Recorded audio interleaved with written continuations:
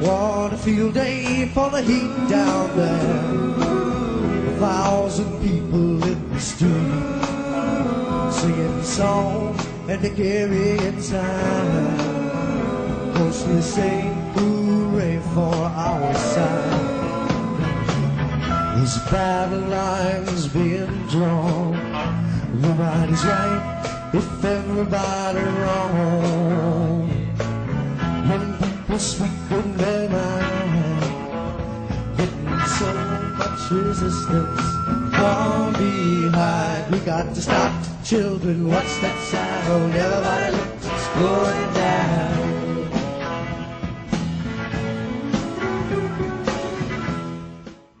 Hello, everyone. This is Lauren Steiner, and welcome to tonight's edition of The Robust Opposition. Got two guests with me who I have had in my show before, and they are Medea Benjamin and Leonardo Flores from Code Pink. How you doing, guys? Good, thank you. Doing well. Thanks for having us back on. Yeah, so we're going to be talking about subjects that I've talked with you about before, which are Iran and Venezuela. And first, let me say that Medea Benjamin is the co-founder of Code Pink Women for Peace, and she is an author and an activist, and she's been to Iran many times. I was actually supposed to go with her next month, but of course, that trip has been canceled. And Leonardo is the Latin American policy expert and campaigner for Code Pink. And as I mentioned before, he was on my show to talk about Venezuela. Iran is the most heavily infected country in the Middle East, and it's the third most heavily infected country in the world. So before we talk about how the United States has made things worse for them, Medea, can you address the fact that what we all read in the papers and how the government was very slow to deal with this and also didn't really tell the truth about the extent of the situation? Yeah, first let me say that it seems that it was via a Chinese merchant who was going back and forth between Iran and China who brought the infection to the religious town of Qom, where it spread pretty quickly. And the Iranian government is very dependent on China these days because of the sanctions and wasn't able to cut off flights or economic ties with China, which was a problem. There were also anniversaries like the February 11th anniversary of the revolution, and the government wanted people to come out for that and show the world that there was a lot of support for the revolution. And then February 21st, there were legislative elections that the government wanted people to come out and vote. People knew already at that time what was happening, and it was the lowest turnout since the 1979 revolution. Only 43% of people came out and voted. But those were some of the reasons why the government was slow at putting out much more severe measures in trying to stop the spread. Also, because the embargo has been so devastating for the economy, it's very hard for the government to tell people to stay at home and not work. Many people are working from hand to mouth. And now with the plunging of the price of oil, it means that the combination of all of these forces has led to a tremendous rate of unemployment that's estimated about 40 or 50% in Iran. And the government is doing all it can to spread the disease, but doesn't have the economic resources it needs. Now let's talk about the sanctions, because Obama lifted the sanctions when we signed the Iran nuclear deal in 2015. Tell us about how the situation improved in Iran after that, and then what happened after Trump reimposed them in 2018. So there was just a short time between the signing of the nuclear deal in 2015 and then the re-imposition of sanctions by the United States. But during that time, it was a time of real euphoria in Iran, where people were very optimistic about the future, where they were excited about Iran being part of the global community. and where the young people thought that they would have more of a future in their country. When Trump pulled the US out of the nuclear deal in 2018 and unilaterally imposed sanctions on Iran, they have brought the economy to, well, not a halt, but a terrible place. With the real, the local currency, losing 70% of its value, with food prices doubling and tripling. I mentioned unemployment, but on a personal level, I know a lot of Iranians whose lives have been devastated by this. They've lost their small businesses, they've lost their jobs, they can't get married as they had planned because they have no way to support a family. They haven't been able to take advantage of opportunities to study abroad that they had because their money doesn't mean anything anymore. And of course, now travel is so difficult. But we really should think of these economic sanctions in personal terms because it does affect 83 million people, less so the government and more so the ordinary people, and particularly those who are most vulnerable, women-headed households, the poor people in the country, the lower sector of the working class. Women have been laid off first, and we find that there is an increase in things like domestic violence. So there's all kinds of personal problems that come as a result of this. Yeah, we've been having an increase in domestic violence in this country too. And it's very hard when you're asking people to stay at home with their abuser. So let's talk about the health conditions that you had mentioned in your article that people's had as a result of the sanctions even before coronavirus, and then talk about how the sanctions are making specifically testing and treatment for the coronavirus worse. Well, Iran is a very resourceful country because it is a large country with over 80 million people. Not only does it have a very long history of trade and producing its own goods, but after the 1979 revolution, it had to produce a lot of things because it did have less trade with the outside world.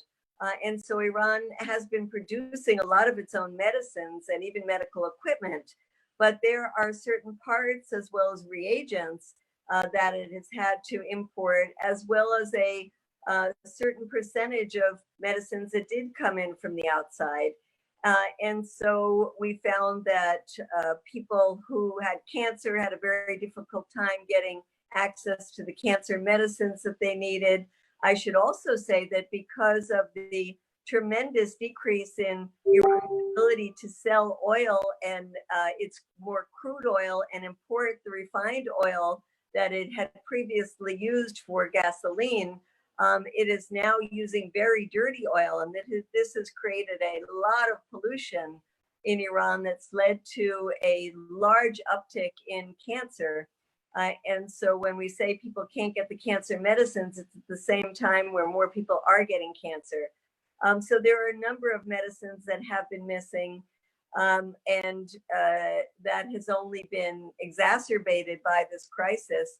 For example, one of the medicines that they have been using to treat people with coronavirus has been a medicine that has been used by HIV patients. And so those patients now have less access to the medicines they need. So it's a spiral downward that is really leads to more and more people dying. Now, supposedly humanitarian aid has been exempted from these sanctions, but your article says that it hasn't really. Well, the US says that it has, but the reality says otherwise. And that's because the pharmaceutical companies or companies selling medical equipment, they don't want to risk doing business with Iran because they don't want to become the victims of US sanctions. And the banks don't want to get involved, especially after the US labeled the Central Bank of Iran as as part of the sanctioned banks. And then the insurance companies don't want to insure the transactions, and the shipping companies don't want to ship. So you put all that together and you find that humanitarian aid has not been exempt. The Europeans said for a long time that they were going to create a separate financial entity so that humanitarian aid could be sent to Iran. But it took them until literally just this last month, after a year and a half of trying to set this up, to have the first transactions of pharmaceutical goods from Switzerland being sent to Iran. It's still a very small number of a couple of $1 million, which is very much a drop in the bucket compared to the needs of the government. You know, it's interesting because when I went to Cuba with you and Code Pink back in 2015, I learned that the US sanctions on Cuba were not just the US. It was anybody that the US traded with had to abide by those same sanctions. And that's why it was so difficult for the Cubans to get anything from anywhere. But speaking of Cuba, we've read about how Cuban doctors have been going around, because that's what Cuba exports, is doctors. And they also have a treatment, I think, or something to do with COVID-19 that, of course, we can't take advantage of now because of our sanctions or embargo. Do you know that whether Cuba has tried to go over and aid Iran or not? Cuba has had an ongoing relationship with Iran, just like it's had a relationship with over 100 countries.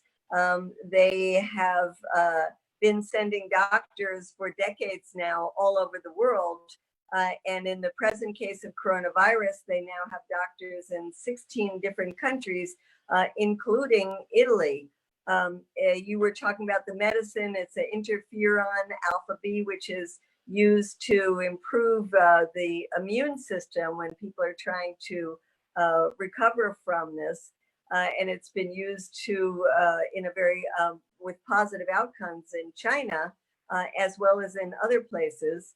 But the U.S. is not only refusing to have a collaboration with Cuba on these both medicines and the doctors, but is trying to stop other countries from inviting the Cubans in, using its bullying power to try to tell countries that have some reliance on U.S. aid that they should keep the Cuban doctors from coming into their countries.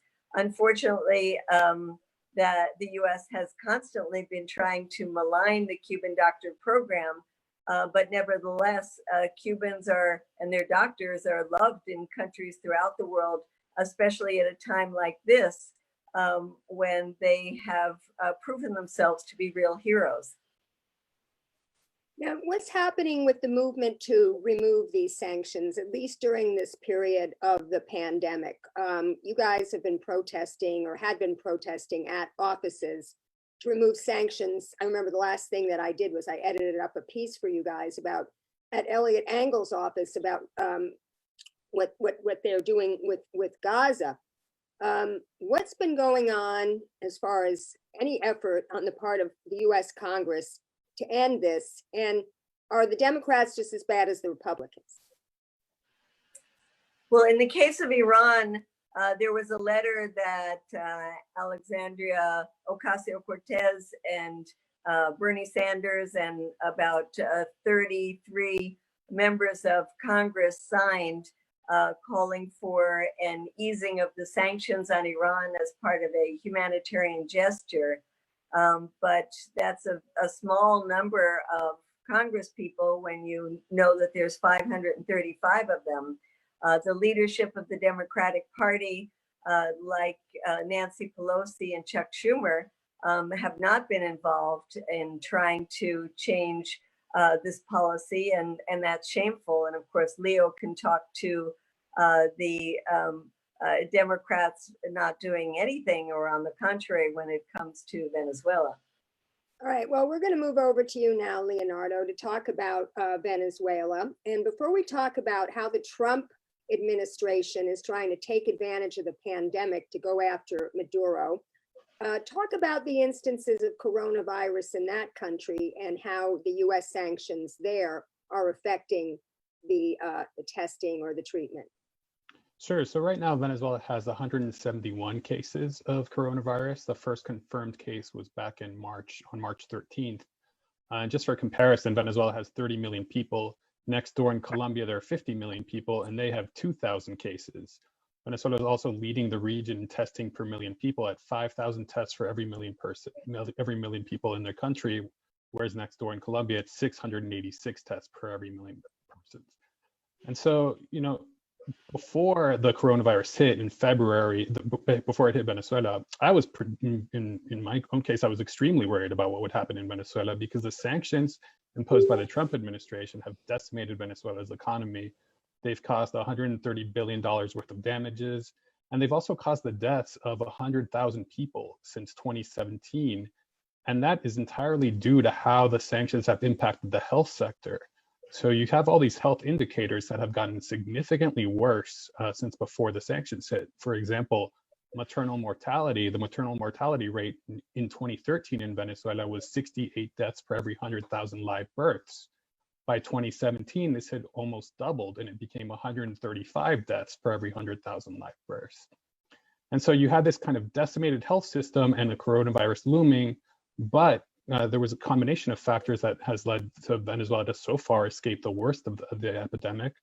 First of all, it's been due to the great deal amount of aid that they have received from Cuba and China, the World Health Organization, and even Russia.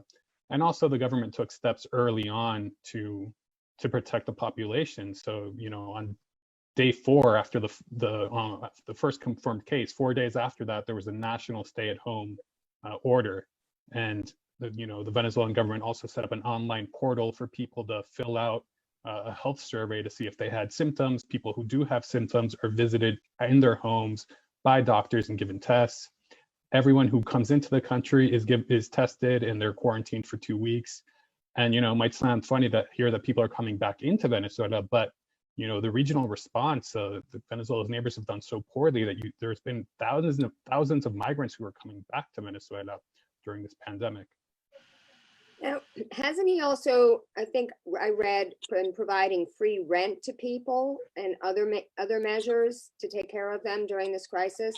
Yeah, absolutely. The government really kind of emphasized the economic, of lessening the economic effect on the shock that would be felt by, particularly by the working class. There's been a suspension on rent payments and on loan payments. The government instituted a nationwide firing freeze for both private and public businesses, and the government assumed they're paying the salaries of every worker of a small or medium business, so allowing those businesses to ride through this pandemic by taking care of the workers themselves. I find this very ironic because the whole time Bernie Sanders was running, everybody kept using Venezuela as an example. Like, do you want to be like Venezuela? And I think right now we do want to be like Venezuela. A lot of people are calling out for just those types of measures here in this country.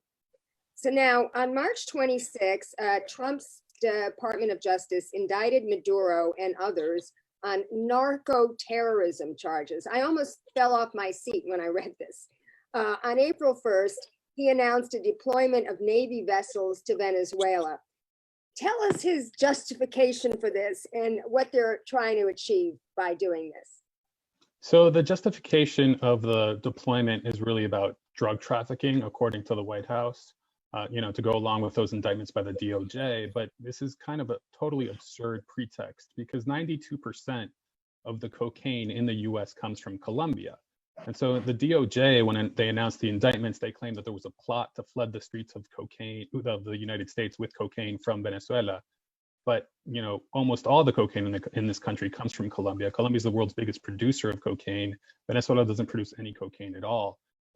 Actually, 93% of the cocaine in general that reaches the United States is trafficked either from the Pacific or the Western Caribbean. whereas only 7% is trafficked from the Eastern Caribbean, which includes Colombia and includes Venezuela and a few other countries. So it's kind of a ridiculous pretext for a war and for regime change, because that's really what this maneuver is all about. So how are they responding to it? Well, the government has denounced it, and President Maduro wrote a letter to the American people asking them to help, stop this craziness. And it's really a very dangerous situation, because you're flooding you have all these Navy ships and a deployment of thousands of troops that are going to the Eastern Caribbean during this global pandemic. And it's really being interpreted as a weaponization of the coronavirus.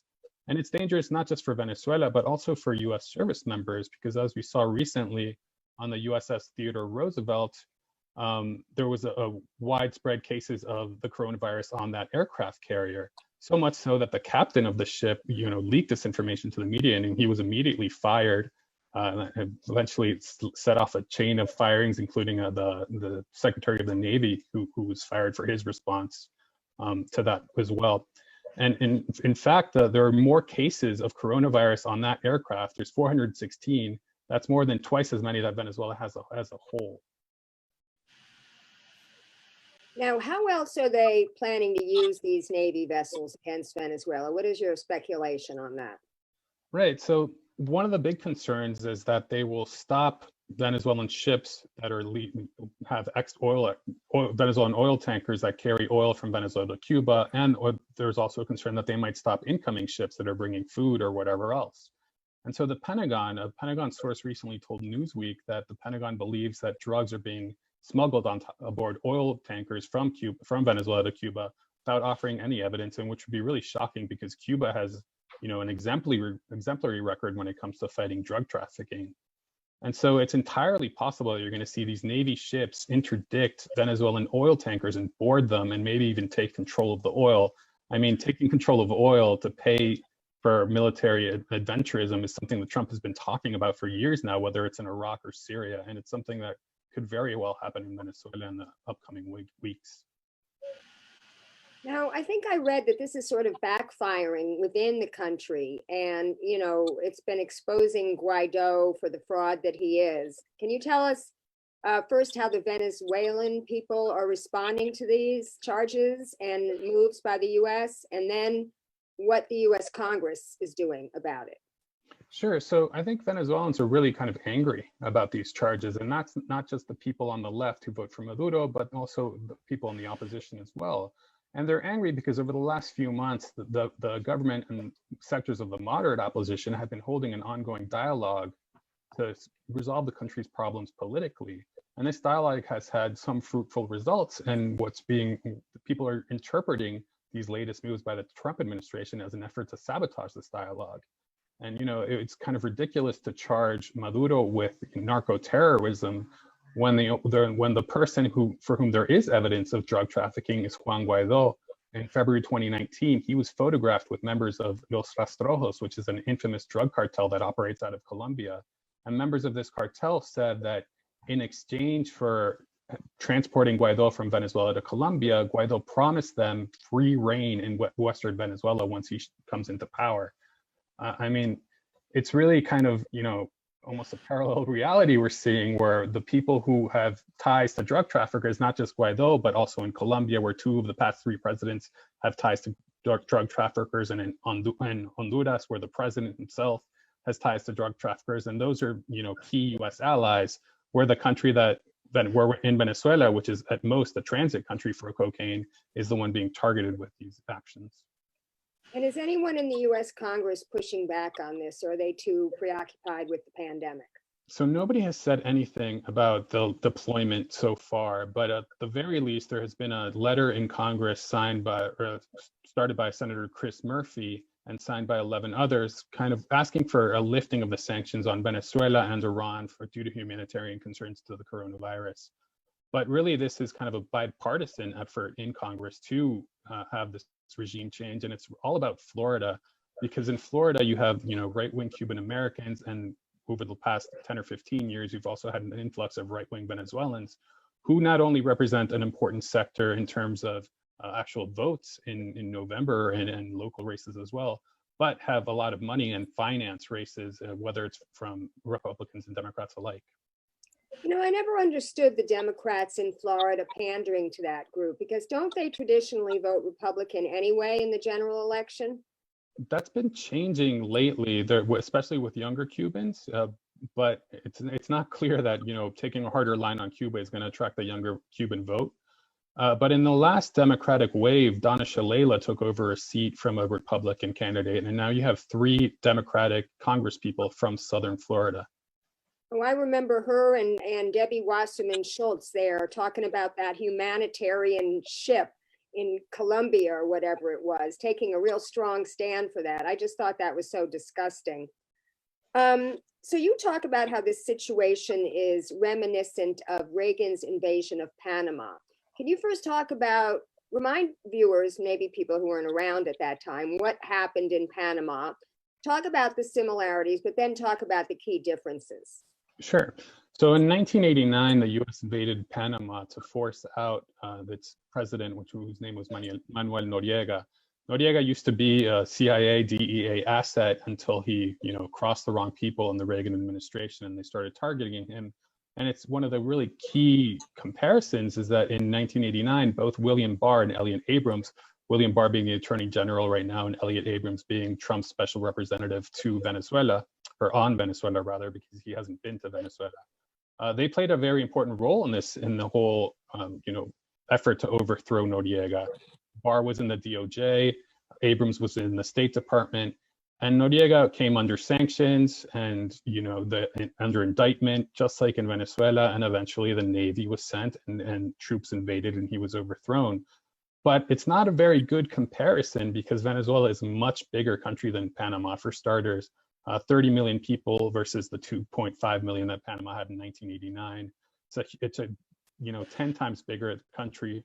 And Venezuela also has very important allies in China and Russia. Venezuela has a stronger military, and it counts with a militia that is made up of 3 million people. And these are people who are willing to die and willing to risk their lives to fight back against any sort of coup or invasion. So, a better comparison, it might be Afghanistan or Syria or Iraq, where the U.S. government spent billions of dollars at a huge cost to human life and regional stability to further their efforts at regime change. But really, all they achieved was chaos.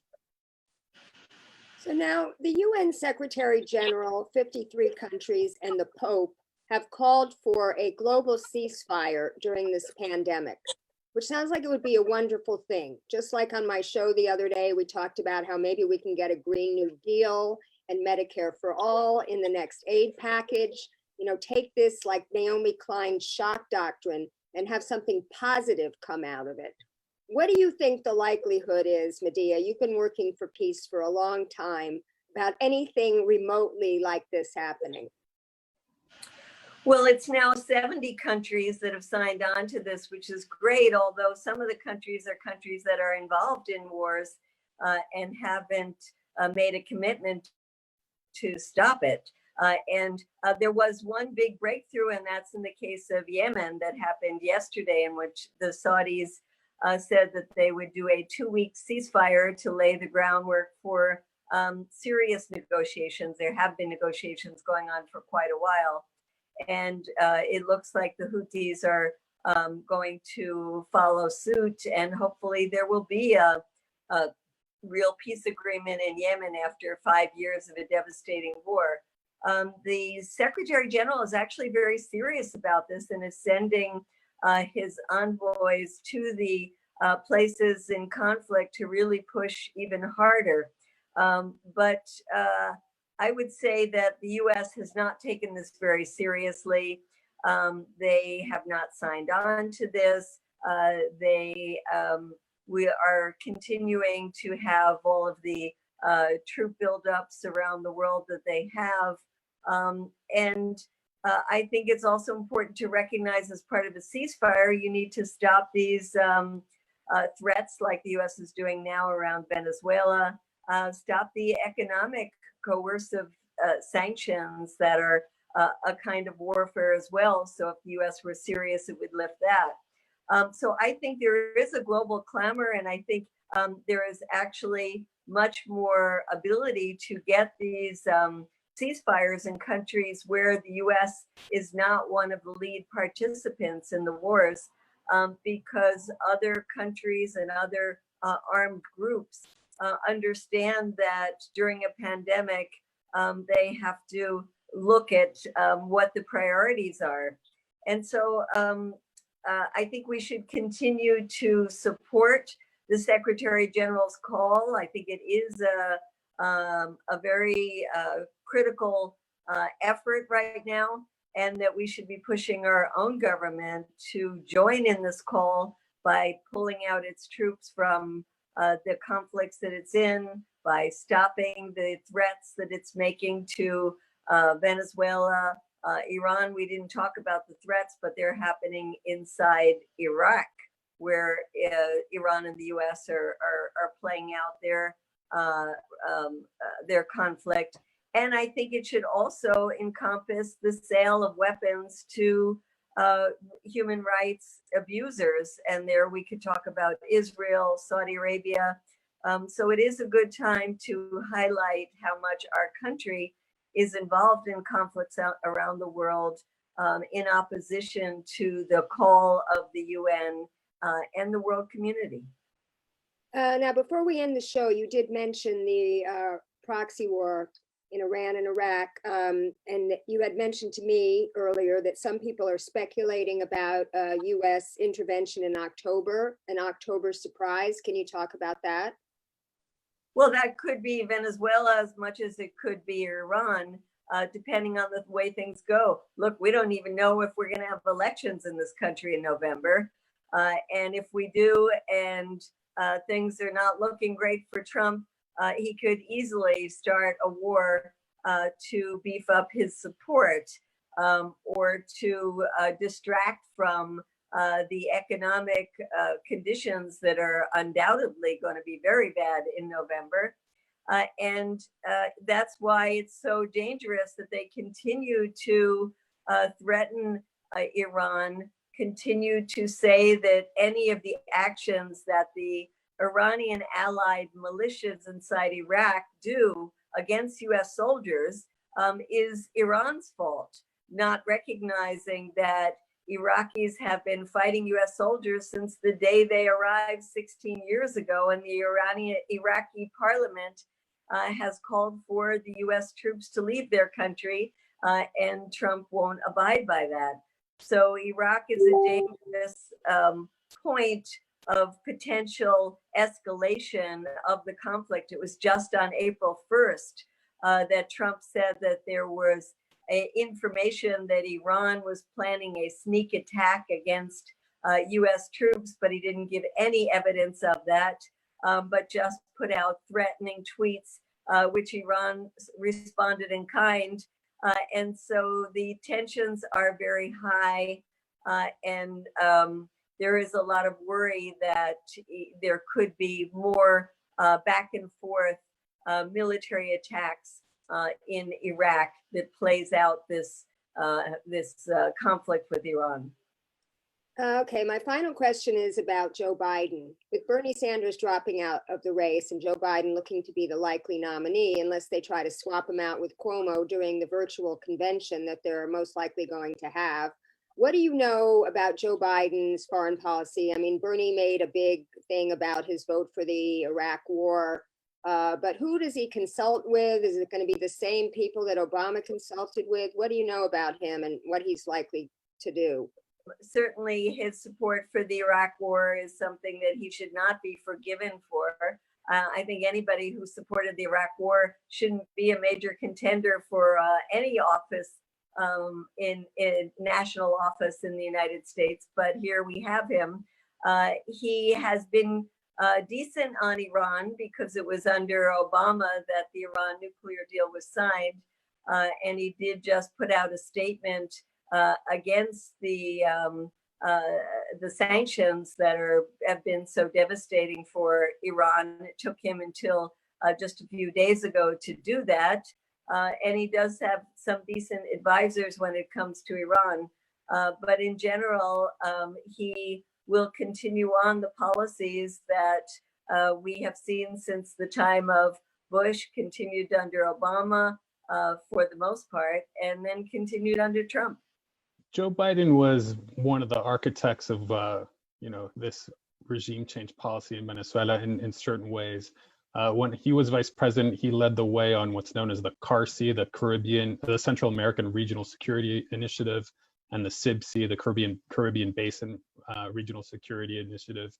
And those were aimed explicitly at isolating Venezuela at a regional level. Then it was President Obama himself who signed the executive order that put the framework for all the sanctions that Trump is applying. And so I don't really have high hopes that a Biden presidency would lead to better relations between Venezuela and the United States.